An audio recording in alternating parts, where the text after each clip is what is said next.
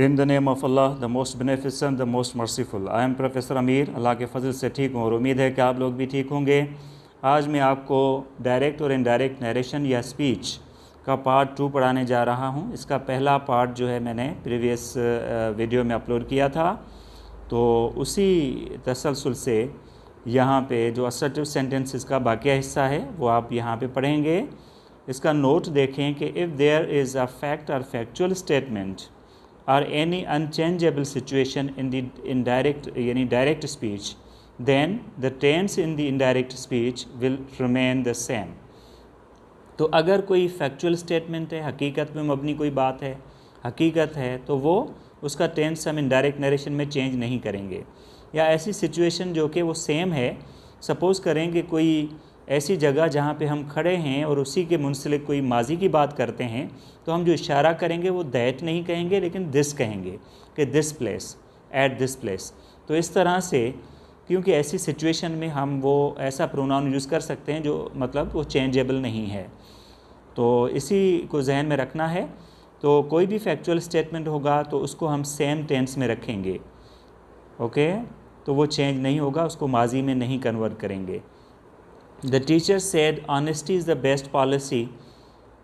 Teacher ने कहा कि ऑनेस्टी बेस्ट पॉलिसी है। इसका मतलब है कि ईमानदारी अच्छी हिकमत अमली है। तो ऐसा जो कि क्योंकि ये अच्छी हिकमत अमली है, ये एक हकीकत है, तो हम उसी टेंस में रखेंगे। The teacher said that honesty is the best policy. अगर यहाँ पे हम कहें कि the teacher stated the truth, तो भी ठीक है कि टीचर ने हकीकत बयान की कि ऑनेस्टी बेस्ट पॉलिसी है, यानी ईमानदारी अच्छी हिकमत अमली है। अच्छा, उसके बाद he said the earth revolves around the sun, यानी उसने कहा कि ज़मीन सूरज के गिर्द घूमती है, तो ये भी हकीकत है। तो ही सेड और स्टेटेड द ट्रूथ, उसने कहा या उसने सच बताया, दैट बयान किया, that the earth revolves around the sun, कि ज़मीन सूरज के गिर्द घूमती है। उसके बाद है they said the sun rises in the east and sets in the west. उन्होंने कहा कि सूरज मशरिक़ से तुलू होता है और मगरब में गुरूब होता है, ये भी हकीकत है। They said that the sun rises in the east and sets in the west. उसके बाद he said the earth has gravitational force, ये भी हकीकत है। He said that the earth has gravitational force. They said man is mortal, उन्होंने कहा कि इंसान फ़ानी है, तो ये भी हकीकत है। They said that man is mortal, उन्होंने कहा कि इंसान फ़ानी है। They said pride has a fall, they said that pride has a fall, उन्होंने कहा कि गुरूब जो गुरूर है उसका सर नीचे होता है या गुरूर को हमेशा ज़वाल होता है। तो इस तरह से ये हम उसी टेंस में रख सकते हैं। He said man can not live by bread alone, ये भी चेंज नहीं होगा कि इंसान फ़कत खाने से नहीं रह सकता, मतलब फ़कत खाना खाकर नहीं रह सकता, और भी कुछ उसकी ज़रूरियात होती हैं। He said that man can not live by bread alone, ये इनडायरेक्ट नरेशन हो गया। The teacher said to us, teacher ने हमें कहा, man can not live forever, इंसान हमेशा के लिए नहीं रह सकता। तो ये जो सेड टू अस है, तो ये टोल्ड में हम कन्वर्ट करेंगे, बाकी हकीकत उसी टेंस में बयान करेंगे। The teacher told us that man can not live for ever. He said God is the creator of the universe, ये भी हकीकत है। ही सेड और stated the truth that God is the creator of the universe, okay. उसके बाद हम अभी जो है ना हर एक टेंस का किस तरह से हम डायरेक्ट से इनडायरेक्ट में कन्वर्ट करेंगे, तो उसका रूल क्या होगा ये हम लिखेंगे। लेकिन आपको वो सीक्वेंस याद होनी चाहिए जो कि मैंने आपको पहले टेंसेस में पढ़ाई है कि टेंसेस की तरतीब क्या होनी चाहिए। मैंने जो तरतीब आपको पढ़ाई थी टेंसेस की वो इस तरह से है।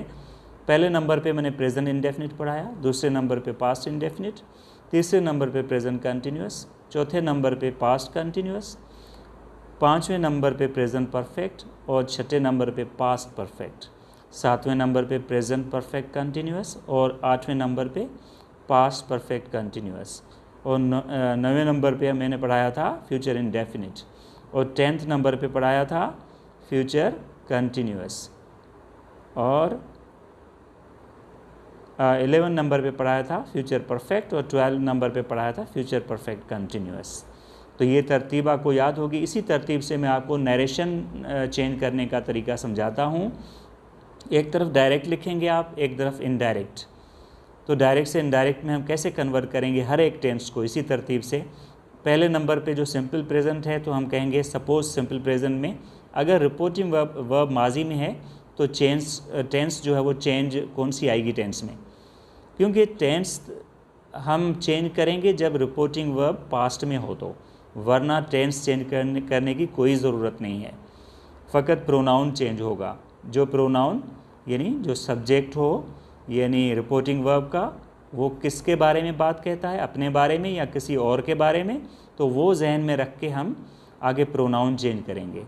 ये अगर अपने ही बारे में बात कर रहा है तो हम इसी का प्रोनाउन ही आगे रखेंगे। यहाँ पे इसने आए कहा है, लेकिन हम इनडायरेक्ट नरेशन में ही कहेंगे, जैसे यहाँ पे हमने लिखा है he said I right a story, he said that he wrote a story. Present indefinite कौन से टेंस में चेंज हो जाएगा, पास्ट इंडेफिनिट में। प्रेजेंट इंडेफिनिट पास्ट इंडेफिनिट में चेंज होगा। और आगे देखें, पास्ट इंडेफिनिट किस कौन से टेंस में चेंज होगा, he said I wrote a story, ये पास्ट इंडेफिनिट है, ये पास्ट परफेक्ट में चेंज होगा, he said that he had written a story.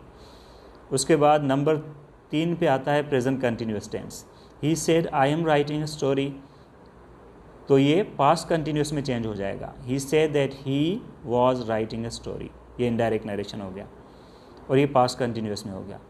इसी तरह से चौथे नंबर पे पास्ट कंटिन्यूअस है, तो past continuous past perfect continuous में चेंज होगा, he was writing a story, he said I was writing a story, he said that he had been writing a story, ये इनडायरेक्ट नरेशन हो गया। Number 5, he said, यानी 5 number पे present perfect tense, he said I have written a story, तो इसका indirect narration क्या होगा, he said that he had written a story, present perfect past perfect में चेंज हो गया। Number 6, past perfect, he said I had written a story, तो past perfect same रहेगा, he said that he had written a story. उसके बाद number 7 है present perfect continuous tense, he said I have been writing a story since morning, तो ये have been had been हो जाएगा, past perfect continuous. He said that he had been writing a story since morning. Number 8 पे होगा past perfect continuous, तो ये भी same रहेगा, ये सेम ही रहेगा। I had been writing a story since morning, तो ये हो जाएगा had been, सेम ही होगा। He said that he had been writing a story since morning. Number 9 future indefinite होगा, तो फ्यूचर इंडेफिनिट को जो will होता है तो उसको हम would में चेंज करते हैं। ओके, विल हो या शल हो, इनको हम वुड में चेंज करेंगे। तो I will write a story, he said I will write a story, he said that he would write a story, ये इनडायरेक्ट नरेशन हो गया। ही said I will be writing a story, अगर will be हो तो would भी हो जाएगा, अगर विल हैव हो तो वुड हैव हो जाएगा, अगर विल हैव बीन हो तो वुड हैव बीन हो जाएगा, तो विल बी वुड भी हो जाएगा। He said that he would be writing a story, ये हो गया इनडायरेक्ट नरेशन। 11 नंबर पे होगा future perfect tense, he said I will have written a story, he said that he would have written a story, ये हो गया indirect. Number 12, he said I will have been writing a story since morning, will have been would have been में change होगा, he said that he would have been writing a story since morning। उसके बाद interrogative sentences को कैसे convert करेंगे, ये note देखें। To convert interrogative sentences into indirect narration, जब हम सवालिया जुमलों को इनडायरेक्ट नरेशन में कन्वर्ट करेंगे तो क्या करना होगा, द कंजंक्शंस इफ़ और वेदर, यानी ये जो कंजंक्शंस हैं इनमें से कोई एक कंजंक्शन हम यूज़ करेंगे, इफ़ या वेदर, दैट यूज़ नहीं करेंगे यहाँ पे क्वेश्चन में। So they are used after the reporting verb, ये रिपोर्टिंग वर्ब के बाद में यूज़ होते हैं। If the question is in the indirect narration starts with the helping verb, suppose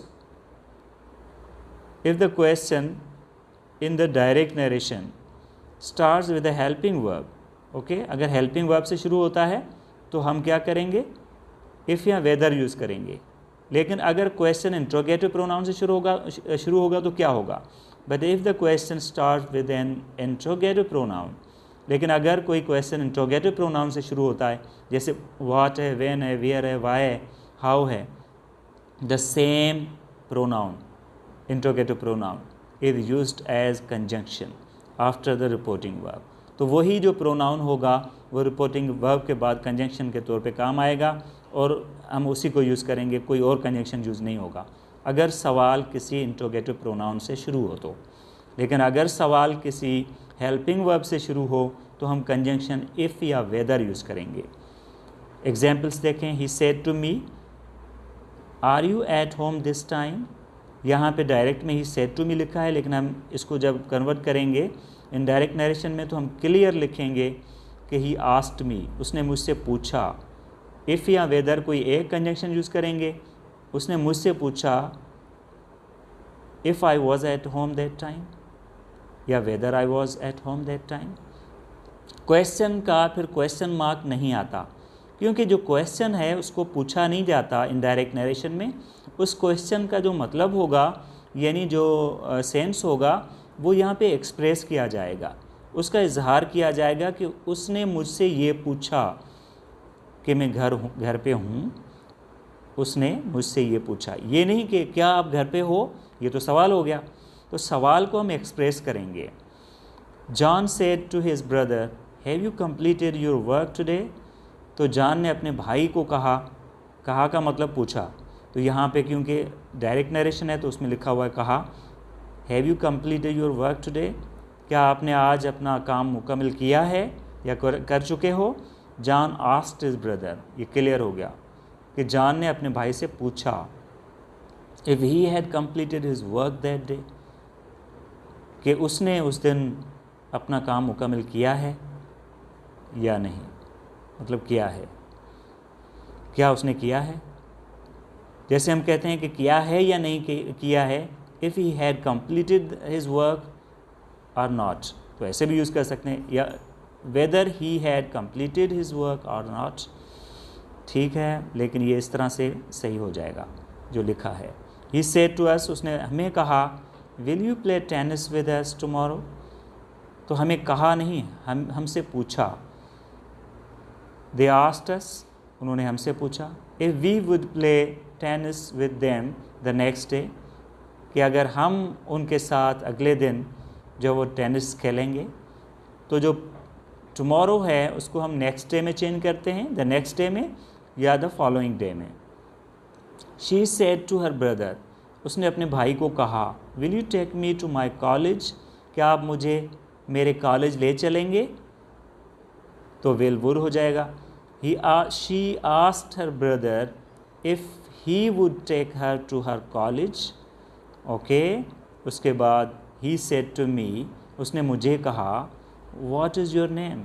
यहाँ पे देखें कि हमने जो क्वेश्चन शुरू किया है वो इंट्रोगेटिव प्रोनाउन से शुरू किया है, तो यही इंट्रोगेटिव प्रोनाउन कंजंक्शन के तौर पे आएगा और हम कोई और कंजंक्शन यूज़ नहीं करेंगे। ठीक है।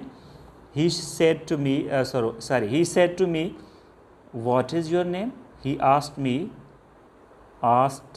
मी what my name was, what my name was, कि मेरा नाम क्या था, जो नाम था वो पूछा, तो ये इनडायरेक्ट हो गया। याद रहे कि ये जो प्रोनाउन के बाद इंट्रोगेटिव प्रोनाउन के बाद फ़ौरन हेल्पिंग वर्ब आता है, जैसे यहाँ पे इज़ है तो इसको धकेल दिया जाता है आगे ताकि ये क्वेश्चन फॉर्म में ना हो।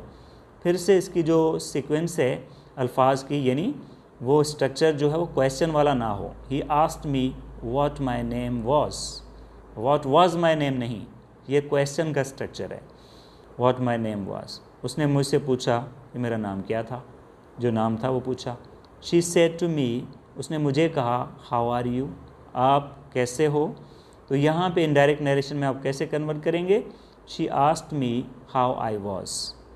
तो फिर से देखें यहाँ पे वॉज हमने आगे यानी जो आई है उसके बाद में यूज़ किया, सब्जेक्ट के बाद। दे सेड टू अस, उन्होंने हमें कहा, why are you sitting here, direct narration है तो यहाँ पे हम वाई को कंजंक्शन के तौर पर यूज़ करेंगे। They asked us why we were sitting there, उन्होंने हमसे पूछा कि हम क्यों वहाँ बैठे थे। John said to his friend, John ने अपने दोस्त को कहा, when will you be free today, आज आप कब फ्री होंगे। तो यहाँ पे हम इसको इनडायरेक्ट नरेशन में कैसे कन्वर्ट करेंगे। John asked his friend when he would be free that day, कि वो कब फ्री होगा उस दिन पूछा। शी सेड टू अस, उसने हमें कहा, who are you and what do you want from us. Direct narration हुआ। इनडायरेक्ट कैसे होगा। She asked us who we were and what we wanted from them, उन्होंने हमसे पूछा कि हम कौन थे और हम उनसे क्या चाहते थे। तो हम प्रोनाउन सोच समझ के देखेंगे कि ये जो रिपोर्टिंग वर्ब का सब्जेक्ट है वो किसकी बात करता है, किसके साथ बात कर रहा है, तो उसी को हम वही प्रोनाउन जो है वो आगे यूज़ करेंगे इनडायरेक्ट नरेशन में। शी सेड टू अस, यहाँ पे अस है तो हम अस जो यानी ये प्रोनाउन इन्वॉल्व करेंगे। अगर यहाँ पे सपोज़ कोई और प्रोनाउन होगा जो किसी मतलब होगा तो हम उसी के बारे में बात करेंगे, उसी का प्रोनाउन आगे यूज़ करेंगे जिसकी बात की जा रही होगी। Okay, so they said to me, what did you say, उन्होंने मुझे कहा, आपने क्या कहा। They asked me what I said, यहाँ पे क्योंकि क्वेश्चन में हम इस तरह का स्ट्रक्चर यूज़ करते हैं कि व्हाट डिड यू से, डिड के बाद फिर हम फर्स्ट फॉर्म यूज़ करते हैं। लेकिन यहाँ पे क्योंकि हमने स्टेटमेंट देना है, स्टेट करना है, बयान करना है, क्वेश्चन में नहीं, क्वेश्चन को एक्सप्रेस करना है। दे asked me what I said, उन्होंने मुझसे पूछा कि मैंने क्या कहा या जो मैंने कहा वो पूछा।